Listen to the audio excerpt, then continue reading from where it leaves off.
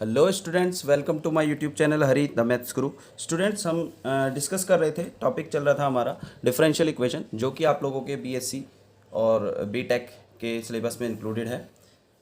यहाँ पर हम ये इम्पोर्टेंट हो जाती है वीडियो अगर आप आईएएस या प्रिपरेशन कर रहे हैं जैम की, आईआईटी जैम के एग्ज़ाम के लिए, तो वहाँ पर भी ये सिलेबस में इंक्लूडेड है। तो यहाँ पर हम डिस्कस करते हैं एक प्रॉब्लम। टॉपिक का नाम है साइमल्टेनियस लीनियर डिफरेंशियल इक्वेशन। ठीक है, साइमल्टेनियस मतलब जब हमें साइमल्टेनियस मतलब एक साथ, तो एक साथ हमें दो डिपेंडेंट वेरिएबल की फॉर्म में दो या दो से ज़्यादा डिफरेंशियल इक्वेशन गिवन होती है, तो ऐसी इक्वेशन के सिस्टम को हम क्या बोलते हैं? Simultaneous linear differential equation. फिर से रिपीट कर रहा हूँ, जब हमारे पास दो डिपेंडेंट वेरिएबल की फॉर्म में दो या दो से ज़्यादा, दो डिपेंडेंट वेरिएबल है तो दो डिफरेंशियल इक्वेशन होंगी, तीन डिपेंडेंट वेरिएबल तीन। तो जो भी हमारे पास डिफरेंशियल इक्वेशन गिवन है, दो या दो से ज़्यादा डिफरेंशियल इक्वेशन गिवन हो और हमें उनका एक ऐसा कॉमन सॉल्यूशन निकालना हो जो दोनों को सेटिस्फाई करे, या तीन दिए तो तीनों को सेटिस्फाई करे, तो उसे हम क्या बोलते हैं? Simultaneous linear differential equation. ठीक है, साइमल्टेनियस लीनियर डिफरेंशियल इक्वेशन। तो इनको सॉल्व करने का प्रोसेस हम लास्ट वीडियो में डिस्कस कर चुके हैं, एक एग्जांपल भी किया था, एक और एग्जांपल हम डिस्कस करेंगे। ये वीडियो लेक्चर नंबर 2 है, साइमल्टेनियस लीनियर डिफरेंशियल इक्वेशन का एक लेक्चर पहले हो चुका है। आप डिस्क्रिप्शन बॉक्स में जाकर उसको एक बार देख सकते हैं कि क्या प्रोसेस हमने डिस्कस किया था। फिर भी एक बार हम रिपीट करेंगे। यहाँ पर हमें डिफरेंशियल इक्वेशन दिया dx upon dt plus 5x minus 2y equal to T. Second equation है dy by dt plus 2x plus y equal to 0। और कंडीशन कुछ गिवन है कि x equal to 0, y equal to 0 पर, x equal to 0 और y equal to 0 दिया हुआ है एट t इक्वल टू 0 पर। तो ये कंडीशन तो गिवन है जिससे कि हम लास्ट में कॉन्स्टेंट्स फाइंड आउट कर सके, तो इन्हें हम बाद में देखेंगे। पहले डिफरेंशियल इक्वेशन को सॉल्व करना डिस्कस करते हैं। तो हमने लास्ट वीडियो में डिस्कस किया था कि साइमल्टेनियस डिफरेंशियल इक्वेशन है, उसे सॉल्व करने के ये कुछ वर्किंग स्टेप्स मैंने बताए थे आपको। पहला स्टेप आपको क्या करना होगा, जो भी डेरिवेटिव ऑपरेटर है डी बाई डी टी, उसको रिप्लेस कर देते हैं हम कैपिटल डी से। जैसे ही हम रिप्लेस करेंगे तो डिफरेंशियल इक्वेशन हमारी इस फॉर्म में कन्वर्ट हो जाती हैं। f1d x plus f2d y is equal to q1 and 5(1d x plus 5(2d y equal to Q2, जहाँ पर Q1 और Q2 t के फंक्शन होंगे, क्योंकि इंडिपेंडेंट वेरिएबल यहाँ पर t है। जिसके रेस्पेक्ट में डेरिवेटिव होता है वो इंडिपेंडेंट वेरिएबल होते हैं, जिनका होता है वो डिपेंडेंट। तो यहाँ पर अगर हम देखें तो डिपेंडेंट वेरिएबल इक्वेशन दोनों को देखें तो डेरिवेटिव x और y का हो रहा है, तो इसलिए डिपेंडेंट वेरिएबल तो x और y हुए, और इंडिपेंडेंट वेरिएबल जिसके रेस्पेक्ट में हो रहा है, किसके रेस्पेक्ट में हो रहा है? t के, तो इंडिपेंडेंट वेरिएबल t। तो दो डिपेंडेंट वेरिएबल है, एक इंडिपेंडेंट वेरिएबल है। तो यहाँ पर डिफरेंशियल इक्वेशन को सॉल्व करते समय हमें बस पहला स्टेप तो डी बाई डी टी जहाँ भी है कैपिटल डी से रिप्लेस करना है। उसके बाद जितनी भी जगह पर x आएगा सब में से कॉमन लेना है, y आएगा कॉमन लेना है। तो दोनों इक्वेशन में f1d into X plus f2d into Y is equal to q1 की फॉर्म बन जाएगी, 5(1d(x plus 5(2d(y is equal to q2 की फॉर्म सेकंड इक्वेशन में बन जाएगी। यहाँ q1 और q2 t के फंक्शन होंगे। इसके बाद सेकंड स्टेप में हमें क्या करना है? सेकंड स्टेप में हमें दोनों इक्वेशंस को सॉल्व करना है एलिमिनेट करते हुए किसी भी एक वेरिएबल को। तो जनरली आप एलिमिनेट कीजिएगा, यहाँ पर दोनों इक्वेशन में से एलिमिनेट कीजिएगा, किसे? y को एलिमिनेट कीजिएगा। एलिमिनेट करने का मतलब, जैसे हम इक्वेशन सॉल्व करते थे x plus Y is equal to 2 और x minus Y is equal to 4, तो कैसे सॉल्व करते थे? पहले y को कैंसिल करते थे या x को कैंसिल करते थे। जैसे दोनों को ऐड करेंगे तो y कैंसिल हो जाएगा, इक्वेशन को ऐड करेंगे तो x की वैल्यू निकल आएगी। तो यहाँ पर y एलिमिनेट करके x निकाल लिया। सेम इसी तरीके से हमें जब ये इक्वेशन बन जाएगी तो y को ये पहले एलिमिनेट करना है, और फिर यहाँ से एलिमिनेट y को करते ही एक linear constant coefficient differential equation बन जाएगी। डिफरेंशियल इक्वेशन बन जाएगी x की फॉर्म में, x और t की फॉर्म में। तो उस डिफरेंशियल इक्वेशन को फिर हमें सॉल्व कर लेना है। ठीक है, कैसे सॉल्व कर लेना है? फाइंड करते हुए, finding CF and PI, CF और PI को फाइंड करते हुए। ठीक है, नेक्स्ट स्टेप में हमें क्या करना है? थर्ड स्टेप में हमें जो भी ये CF, ये बात और ध्यान रखनी है कि CF PI निकालते समय CF PI के जो फार्मूले हमने पढ़े हैं वो इन टर्म्स ऑफ t आएंगे, इन टर्म्स ऑफ t, क्योंकि इस बार इंडिपेंडेंट वेरिएबल t है, डेरिवेटिव t के रेस्पेक्ट में है, d derivative with respect to t को रिप्रेजेंट कर रहा है। इसलिए ये CF PI के जितने भी फार्मूले हमने पढ़े थे constant coefficient linear differential equation में, उन सभी में x की जगह पर अब t आएगा। उसके बाद जब x निकल आएगा, यहाँ से सॉल्व करके x निकल आएगा, x is equal to CF plus PI, उसको फिर पुट कर देना है किसमें? इक्वेशन 1 में जो गिवन है या 2 में, और फाइंड कर लेना है किसकी वैल्यू? y की। तो जो y और x की वैल्यू ये हमारी दोनों मिल जाएगी, तो वही इसका कंप्लीट सॉल्यूशन होता है। तो करते हैं हम इसे सॉल्व। ये तो हमने प्रोसेस डिस्कस किया। सबसे पहले स्टेप के अकॉर्डिंग हमें d/dt को रिप्लेस करना होगा कैपिटल D से। तो जैसे ही हम रिप्लेस करेंगे तो जो हमारी ये फर्स्ट इक्वेशन इसे बोल रहे हैं, सेकेंड इक्वेशन ये फर्स्ट इक्वेशन हमारी रिड्यूस करके क्या बन जाएगी, जैसे ये वैल्यू रिप्लेस करेंगे तो dx + 5yx - 2y = t। तो जैसा कि मैंने डिस्कस किया, रिप्लेस करने के बाद हमें रुकना नहीं है यहीं पर ही, हमें रिप्लेस करने के बाद x जिन का टर्म में आ रहा है उनमें से कॉमन लेना है, y जिसमें से आ रहा है कॉमन लेना है, ये विशेष बात ध्यान रखिएगा। तो यहाँ दोनों में x आ रहा है कॉमन लिए, तो d + 5 × x - 2y = t, ये इक्वेशन नंबर 3 बन गई हमारी। सिमिलरली सेकंड वाली इक्वेशन ये है, इसमें हम रिप्लेस करेंगे d/dt को कैपिटल D से, तो ये dy + 2x + y = 0 आ जाएगा। इसको y वाली टर्म दो जगह आ रही है, कॉमन लें y, तो ये बनेगा 2x + d + 1y = 0, ये इक्वेशन नंबर 4 होगी। तो ये स्टेप 1 कंप्लीट हुआ। जैसा कि मैंने डिस्कस किया था, डी रिप्लेस करने के बाद दोनों इक्वेशन इस फॉर्मेट में बना लेनी है, तो ये बना ली।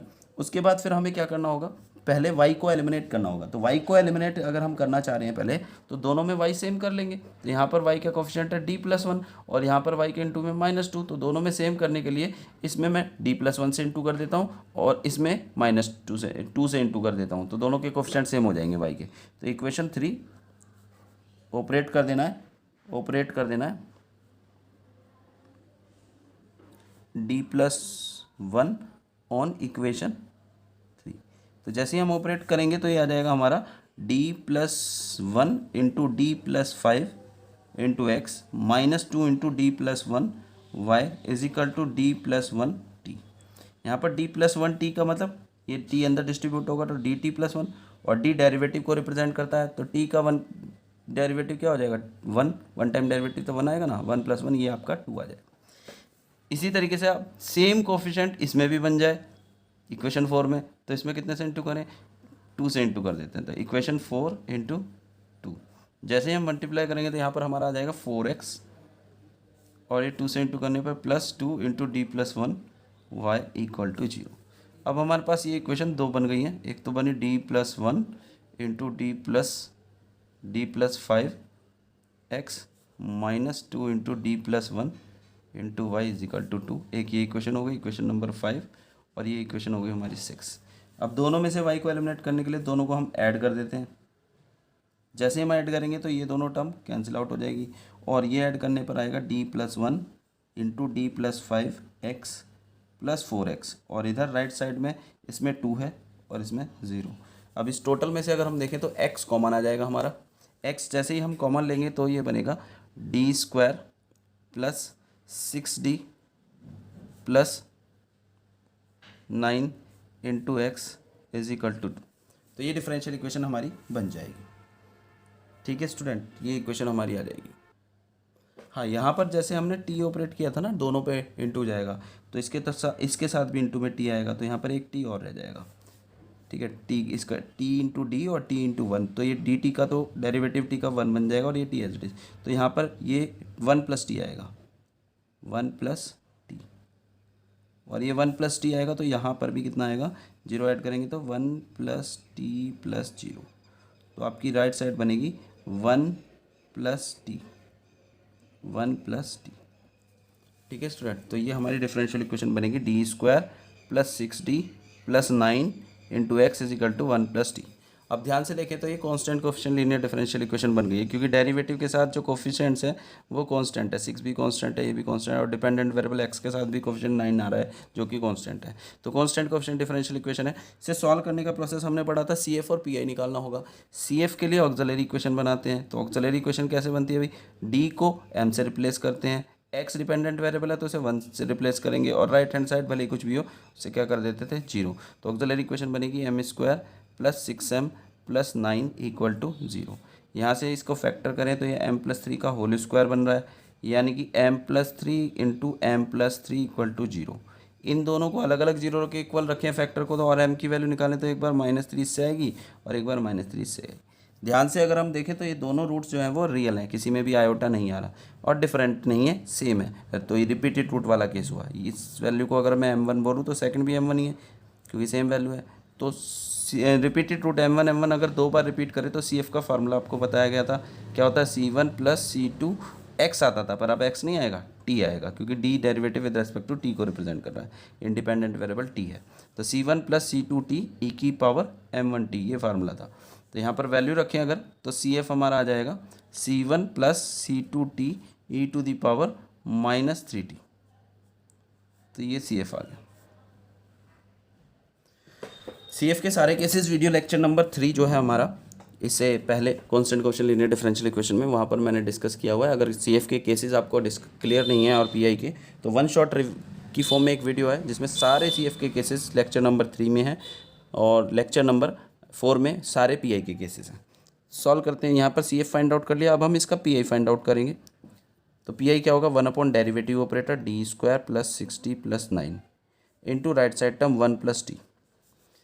ठीक है, अब ये फॉर्म बन गई है पॉलिनोमियल फंक्शन, और पॉलिनोमियल फंक्शन का PI का केस हमने डिस्कस किया था कि 1 अपॉन में जो डेरिवेटिव ऑपरेटर है, पहले उसमें डी की सबसे लोएस्ट डिग्री वाली टर्म देखते हैं। तो ये 2 डिग्री की टर्म है, ये डी की पावर 1 वाली टर्म है, और ये डी की पावर 0, डी है ही नहीं।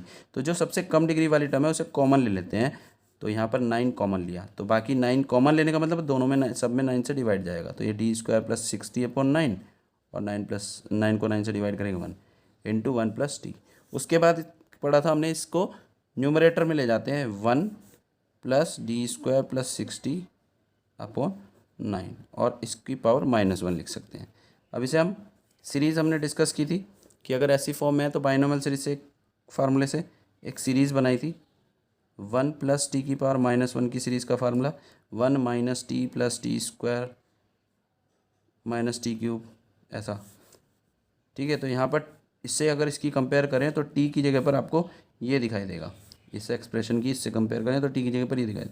तो फार्मूला लगाते हैं तो क्या बनेगा, 1 माइनस टी यानी कि डी स्क्वायर प्लस 6d/9, फिर आएगा टी स्क्वायर, तो टी का स्क्वायर यानी कि डी स्क्वायर प्लस 6d/9 का होल स्क्वायर, एंड आगे और भी आएगा। आपको ज़्यादा एक्सपेंड करने की ज़रूरत ही नहीं है, आपको सिर्फ जितनी बाहर पॉलिनोमियल की हाईएस्ट पावर है, यहाँ पॉलिनोमियल टी की हाईएस्ट पावर कितनी है 1, तो 1 पावर तक एक्सपेंड करना है, क्योंकि ये 2 पावर वाला भी 0 हो जाएगा, हायर डिग्री वाले डेरिवेटिव 0 हो जाएंगे, इसलिए उसे एक्सपेंड करने की ज़रूरत नहीं। तो 1 minus D square plus 6t upon 9 तक ही रखेंगे हम, और टी के अंदर मल्टीप्लाई कर देंगे।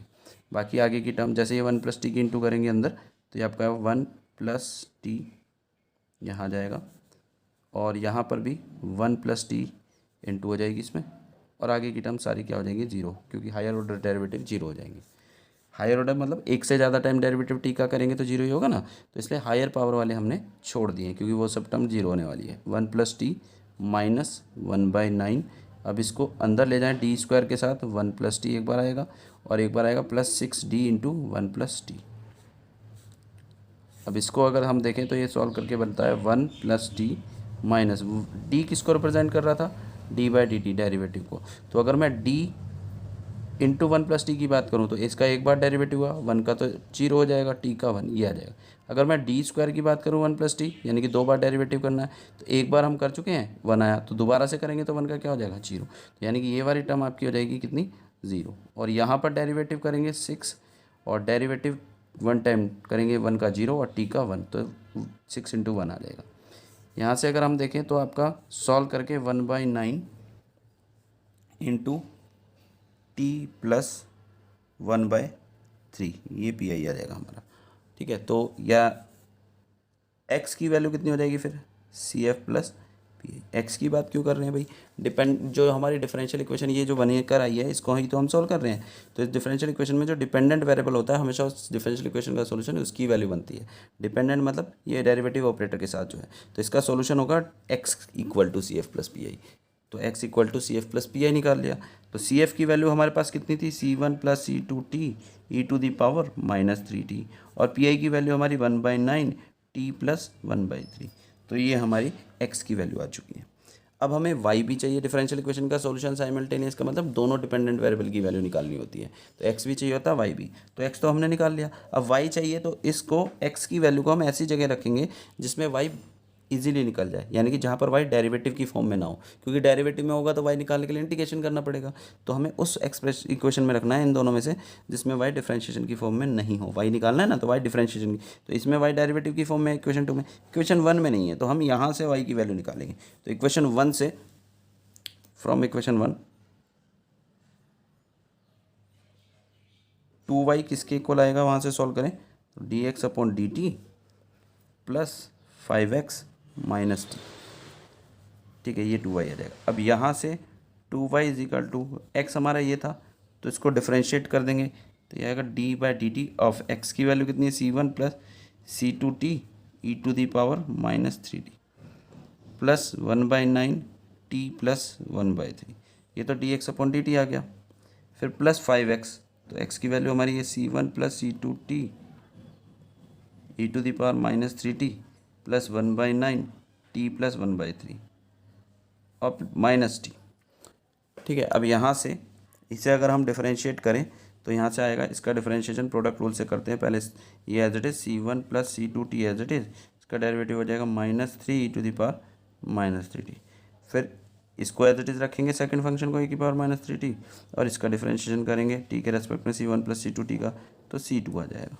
फिर इसका करेंगे तो 1/9 आ जाएगा, ठीक है। इसका करेंगे तो प्लस 5 इंटू, इसका तो डेरिवेटिव नहीं करना है, तो सिंपल इंटू ही करनी है, तो c1 plus c2t E to the power minus 3t, और इसमें 5 से इंटू करेंगे तो आ जाएगा plus 5/9 t plus 1/3 minus T, ठीक है स्टूडेंट। यहाँ से हम सिंप्लीफाई करें तो 2y की वैल्यू क्या बनती है, यही वैल्यू -3 टाइम्स है और यही वैल्यू 5 टाइम्स है, तो सब्ट्रैक्ट हो जाएगी, तो ये आ जाएगा 2 into c1 plus c2t E to the power minus 3t, फिर प्लस ये c2 e to the power minus 3t, और ये t वाली टर्म एक यहाँ पर आएगी, इसको सिंप्लीफाई करेंगे t वाली टर्म, और एक यहाँ से आएगी ये वाली माइनस टी, तो सिंप्लीफाई करेंगे तो आएगा माइनस का 4/9t, और कांस्टेंट सॉल्व करेंगे तो 8/27, तो ये वैल्यू हमें यहाँ से 2y की मिल जाती है, ठीक है स्टूडेंट। पर हमें इक्वेशन ये बोल देते हैं, हमारे पास 6 वहाँ तक आ चुकी, ये 7 हो गई और ये 8। तो क्वेश्चन में हमें सॉल्यूशन चाहिए, इसमें x की और y की वैल्यू चाहिए, बट कंडीशन भी गिवन है, तो वो कंडीशन अप्लाई करके कांस्टेंट निकालना है। तो यहाँ पर गिवन है x 0 है एट t इक्वल टू 0 पर, तो इसको यूज़ कर लेंगे किसमें, 7 में। इक्वेशन 7 हमारी ये है, इसमें x की जगह पर 0 रख देते हैं और t की जगह पर भी 0 रख देते हैं, तो t 0 रखेंगे तो ये आपका c1 प्लस 0 e की पावर 0 1 हो जाएगा, तो इक्वल टू c1 आ जाएगा। यहाँ पर t 0 रखेंगे तो प्लस का 1/27 आ जाएगा, तो यहाँ से c1 की वैल्यू निकल आती है -1/27। दूसरी कंडीशन क्या गिवन थी, आल्सो y 0 गिवन है एट t इक्वल टू 0, ये भी क्वेश्चन में गिवन था, तो y की वैल्यू इक्वेशन 8 से हमने निकाली है, इसमें y की जगह पर 0 रखें तो ये 0 आ जाएगा, ठीक है स्टूडेंट, और t की जगह पर 0 रखें तो यहाँ से सॉल्व करके आएगा c1 प्लस c2/2, ये y 2 को डिवाइड में ले जाएंगे ना, और प्लस 4/27। अब c2 की वैल्यू -1/27 इसमें रख देंगे, तो सॉल्व करके c1 की वैल्यू -1/27 रखेंगे, तो c2 सॉल्व करके हमारा मिल जाता है -2/9, और ये c1 c2 की वैल्यू अब जो x और y हमने इक्वेशन 7 और 8 से निकाला था, इनमें रिप्लेस कर देंगे फाइनल आंसर। तो जैसे ही हमने ये वैल्यू रखी, putting value of c1 and c2 in equation 7 और 8 जो हमारी आई थी उसमें रख देंगे c1 c2 की, तो ये फाइनल हमारा x की वैल्यू और y की वैल्यू मिल जाएगी और ये रिक्वायर्ड आंसर हो जाएगा। एक एग्जांपल और डिस्कस करते हैं। सॉल्व करने को कह रहा है differential equation dx upon dt minus Y equal to E की पावर t, और इसी के साथ सेकंड इक्वेशन दी है dy by D T plus X is equal to sine T. ये साइमल्टेनियस इक्वेशन है। कैसे पता चला भाई, दो डिफरेंशियल इक्वेशन दी हैं और कॉमन सॉल्यूशन निकालना है, तो दैट मीन्स ये एक साथ दो या दो से ज़्यादा डिफरेंशियल इक्वेशन दिए तो साइमल्टेनियस डिफरेंशियल इक्वेशन होती है। और इसे सॉल्व करने का मतलब हमें एक्स और वाई डिपेंडेंट वेरिएबल की वैल्यू निकालनी है। डिपेंडेंट वेरिएबल किसे कहते हैं भाई, जिसका डेरिवेटिव हो रहा है, किसका हो रहा है, एक्स और वाई। दैट मीन्स हमें एक्स और वाई की वैल्यू निकालनी है, किसकी फॉर्म में, इंडिपेंडेंट वेरिएबल। इंडिपेंडेंट किसे कहते हैं, जिसके रेस्पेक्ट में हो रहा है, यानी कि एक्स और वाई की वैल्यू टी की फॉर्म में निकालनी है, क्योंकि टी इंडिपेंडेंट वेरिएबल। कंडीशन ये हमें गिवन है, जिससे बाद में कॉन्स्टेंट्स निकालेंगे। अभी हमने लास्ट क्वेश्चन में डिस्कस किया था कि सॉल्यूशन के लिए सबसे पहला step D by D T जहाँ भी है डेरिवेटिव उसे कैपिटल डी से रिप्लेस कर देते हैं। तो हमारी जो इक्वेशन 1 है उसमें रिप्लेस करेंगे डी बाई डी टी की जगह पर कैपिटल डी, तो ये D X minus Y equal to E की पावर टी। ऐसे ही सेकंड वाली इक्वेशन में हम रिप्लेस करेंगे डी बाई डी टी की जगह पे कैपिटल डी, तो ये पहले तो एक्स वाली टर्म लिख ली और ये डी बाई डी टी को कैपिटल डी रखा तो डी वाई प्लस का आ जाएगा is equal to sine. Equation 1 और 2 आ गई। अब हमें क्या करना है कि पहले एलिमिनेट करना होता है y को, डिस्कस किया था अभी। तो इन दोनों में से y को एलिमिनेट करने के लिए ये जो इक्वेशन है इसमें हम इक्वेशन 1 में ऑपरेट y सेम करने के लिए यहाँ पर d ऑपरेट कर देते हैं। तो जैसे ही हम इक्वेशन 1 में ऑपरेट करेंगे, operating d on in equation 1, तो ये हमारी इक्वेशन क्या बन जाएगी, इक्वेशन 1 हमारी डी ऑपरेट करने पर डी एक्स पहले से था, एक और डी से ऑपरेट करेंगे, मल्टीप्लाई करेंगे एक तरीके से, तो D square X minus D Y is equal to D की पावर टी। ठीक है, तो इसको D square X minus D Y is equal to D मतलब डेरिवेटिव, तो ई की पावर टी का डेरिवेटिव ई की पावर टी। तो ये हमारे पास इक्वेशन आ जाएगी। और इक्वेशन 2 हमारी एज इट इज हमने लिखी X plus D Y is equal to sine T. जैसा कि मैंने कहा था कि y को एलिमिनेट करना है, तो अब दोनों में y सेम हो चुके हैं, y के कोफिशिएंट, तो दोनों को ऐड कर देंगे, y कैंसिल आउट हो जाएगा यानी कि एलिमिनेट हो जाएगा। तो ऐड करेंगे तो यहाँ से D square X plus X और ये cancel is equal to E to the power T plus sine T आ जाएगा। यहाँ से हम देख सकते हैं एक्स कॉमन आ रहा है, तो D square plus 1 into X is equal to E की power T plus sine T. आप देख सकते हैं ये constant coefficient linear differential equation बन गई, क्योंकि डेरिवेटिव ऑपरेटर के साथ कोफिशिएंट यहाँ पर 1 कांस्टेंट है, x का कोफिशिएंट भी 1 कांस्टेंट है, तो कांस्टेंट कोफिशिएंट डिफरेंशियल इक्वेशन बन गई है। तो उसको सॉल्व करने के लिए हमने डिस्कस किया था CF और PI निकालना होता है। CF के लिए ऑक्सिलरी इक्वेशन निकालनी होगी। ऑक्सिलरी इक्वेशन कैसे बनती है बताया था, d को m से रिप्लेस करते हैं और डिपेंडेंट वेरिएबल, यहाँ डिपेंडेंट वेरिएबल x है तो उसको रिप्लेस करते हैं y से और राइट हैंड साइड को कर देते हैं क्या 0। तो ऑक्सिलरी इक्वेशन क्या बनेगी, m square plus one equal to 0। यहाँ से m स्क्वायर की वैल्यू आएगी -1 और m इज इक्वल टू आ जाएगा रूट ऑफ -1 प्लस माइनस, और हम जानते हैं रूट ऑफ -1 किसको रिप्रेजेंट करता है, आयोटा को। दैट मीन्स m की वैल्यू 0 प्लस माइनस आयोटा की फॉर्म में आ गई। और हमने डिस्कस किया था CF/PI के रूल में, जब भी आयोटा की फॉर्म में रूट आता है तो उसे अल्फा प्लस माइनस आई बीटा से कंपेयर करके अल्फा की वैल्यू निकाल लेते हैं तो 0 हो जाएगा, बीटा की वैल्यू जो आयोटा के इनटू में यानी कि 1।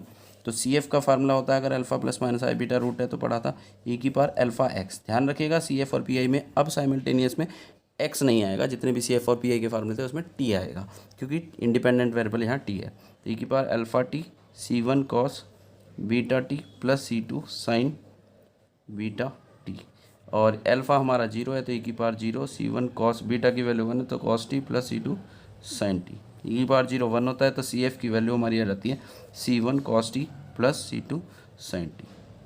अब हम इसका PI निकालते हैं। PI पर्टिकुलर इंटीग्रल कैसे निकलता है, PI की अगर हम बात करें तो PI होता है 1 अपॉन डेरिवेटिव ऑपरेटर जो कि कितना है D square plus 1 into right side term जो कि कितनी है डिफरेंशियल इक्वेशन में राइट साइड टर्म ई की power T plus sine T. अब इसको डिस्ट्रीब्यूट कर देते हैं ऑपरेटर को दोनों के साथ, डी स्क्वायर प्लस 1 ई की पावर टी के साथ जाएगा और एक 1 upon D square plus 1 sine T के साथ जाएगा। उसके बाद PI का रूल हमने डिस्कस किया था, PI के सारे रूल्स हमने वीडियो लेक्चर नंबर 3 में डिस्कस किए गए हैं, उसके लिंक को मैं इसमें शेयर कर दूंगा डिस्क्रिप्शन बॉक्स में, आप वहां पर जाकर देख सकते हैं। फिर भी मैं रिपीट कर रहा हूँ यहाँ पर, ई की पावर वाले केस के लिए PI निकालने का रूल डिस्कस किया था। ई की पावर AT से पहले कंपेयर करते हैं और A पहचान लेते हैं, तो A कितना आ रहा है यहाँ पर 1, और फिर D को A से रिप्लेस करते हैं और A आपका 1 आया तो D की जगह पर 1 रख देंगे तो PI आ जाएगा। तो ये 1 अपॉन 1 स्क्वायर प्लस 1 ई की पावर टी। और साइन वाले केस में हमने डिस्कस किया था, PI निकालने के लिए साइन AT से कंपेयर करते हैं और A पहचान लेते हैं, तो यहाँ A की जगह पर 1 आ रहा है और डी स्क्वायर को माइनस ए स्क्वायर से रिप्लेस करते हैं। बट जैसे ही डी स्क्वायर को माइनस ए स्क्वायर यानी कि -1 से रिप्लेस करेंगे, -1 यहाँ पर रखेंगे तो -1 प्लस 1 0 हो जाएगा, यानी कि केस फेल हो जाएगा। और फेल वाले केस में हमने पढ़ा था कि पहले एक इंडिपेंडेंट वेरिएबल यानी कि t से इंटू करेंगे और इसका डेरिवेटिव, तो डी स्क्वायर प्लस 1 का डेरिवेटिव हो जाएगा 2d, और फिर बाकी बचे को इसके साथ सॉल्व करेंगे। तो ये e की power t upon 2 plus t, और 1 अपॉन डी किसको रिप्रेजेंट करता है इंटीग्रेशन को, तो साइन t का इंटीग्रेशन हो जाएगा अपॉन 2। तो e की power t by 2 plus sine T का इंटीग्रेशन होता है माइनस कॉस टी, तो minus T by 2 cos T, ये PI आ गया। तो यहाँ से हम x की वैल्यू देखें तो वो बनेगी CF प्लस PI। तो यहाँ से x is equal to CF था हमारा C1 cos t plus C2 sine T, और PI हमारा है e की power t by 2 minus T by 2 cos T. तो ये हमारी x की वैल्यू आ गई, इसका मतलब ये हमारी इक्वेशन नंबर 3 हमने कंसिडर की। और डिफरेंशियल इक्वेशन का सॉल्यूशन निकालना है, इसका मतलब एक्स और वाई दोनों चाहिए। तो अब एक्स निकल चुका है, वाई निकालने के लिए वाई इजीली कहाँ से निकलेगा, इक्वेशन 1 से, क्योंकि सेकंड से नहीं आसानी से इसलिए नहीं निकलेगा क्योंकि यहाँ पर वाई डेरिवेटिव की फॉर्म में है और वाई निकालना है तो इंटीग्रेशन करना पड़ेगा। तो हमें वहाँ रखना होता है जहाँ पर विदाउट इंटीग्रेशन वाई निकल जाए। तो इक्वेशन 1 में हम एक्स की वैल्यू रख देंगे। तो फ्रॉम इक्वेशन 1 से हम अगर देखें तो y इज इक्वल टू आएगा dx/dt माइनस e⁻t।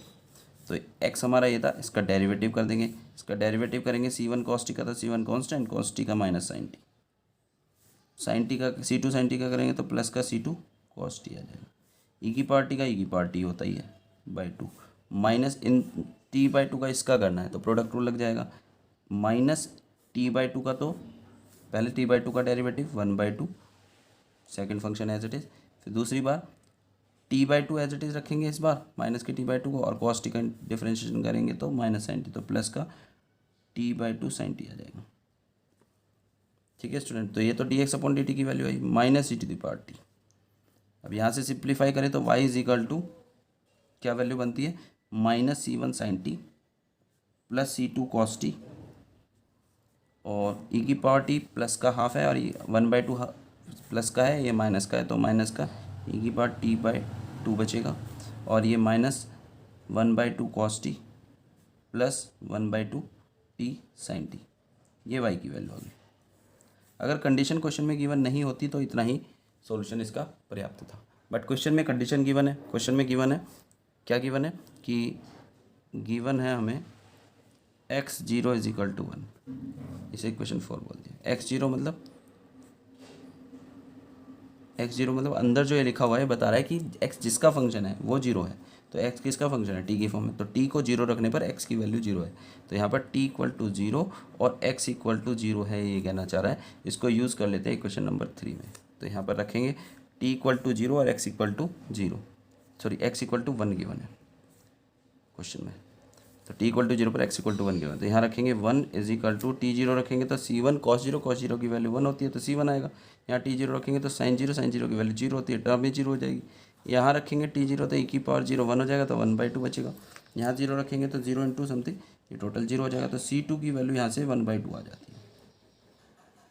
ठीक है स्टूडेंट, अब दूसरी कंडीशन क्या गिवन है, आल्सो गिवन है y0 is equal to 0 given है क्वेश्चन में, यानी कि क्या गिवन है, हमें वो यूज़ कर लेना है। तो t इक्वल टू 0 पर y की वैल्यू गिवन है 0, इसको यूज़ कर लेंगे किसमें, इक्वेशन 4 में। इक्वेशन 4 हमारी ये है, तो इसमें रख देते हैं t0 और y0, तो y0 रखा है इधर तो ये तो 0 हो जाएगा, t0 रखा तो sin 0 ये टर्म 0 ही हो जाएगी, इसमें रखेंगे cos 0 1 हो जाएगा तो c2 बचेगा, यहाँ t0 रखेंगे तो e⁻0 1 तो माइनस का 1/2 आएगा, यहाँ 0 रखेंगे cos 0 1 होता है तो माइनस का 1/2 ये बचेगा, और यहाँ 0 रखेंगे तो 0 इंटू sin 0 0 ही हो जाएगा ये। तो यहाँ से सॉल्व करके अगर हम देखें तो c2 की वैल्यू 1 आ जाती है। अब ये c1 और c2 की वैल्यू इक्वेशन 3 और 4 में रख देंगे, फाइनल आंसर आ जाएगा। Using c1 equal to 1 and c2 is equal to 1/2 in equation 3 and 4। Student ये c1 की वैल्यू है, c1 की 1/2 है, तो c1 की वैल्यू 1/2 और c2 की आपकी 1 है, तो ये वैल्यू 3 और 4 में हम यूज़ कर लेंगे इक्वेशन 3। तो वैल्यू रिप्लेस करने के बाद ये x equal to 1/2 cos t, c1 की जगह पर हमने 1/2 रख दिया, c2 की जगह पर हमने 1 रख दिया, तो x equal to 1/2 cos t plus sin t plus e⁻t/2 minus t/2 cos t, ये x की वैल्यू आ जाएगी, y की वैल्यू आ जाएगी c1 की वैल्यू 1/2 और c2 की 1 रखने पर यहाँ से, तो ये y equal to minus 1/2 sin t और c2 को 1 रखा तो cos t और बाकी सब सेम, तो ये आपका फाइनल रिक्वायर्ड आंसर हो जाएगा सोल्यूशन, ये इसका सोल्यूशन हो जाएगा। तो ये क्वेश्चन आपका यूनिवर्सिटी एग्जाम में 2010, 11 एंड 13 में आया हुआ है। अच्छा इंपॉर्टेंट क्वेश्चन है। आज की वीडियो में इतना ही, बाकी फिर नेक्स्ट लेक्चर में डिस्कस करेंगे। वीडियो को, चैनल को सब्सक्राइब करिएगा जिससे कि आपको और अच्छे अच्छे टॉपिक्स पर अच्छी अच्छी वीडियो लेक्चर्स मिलते रहें।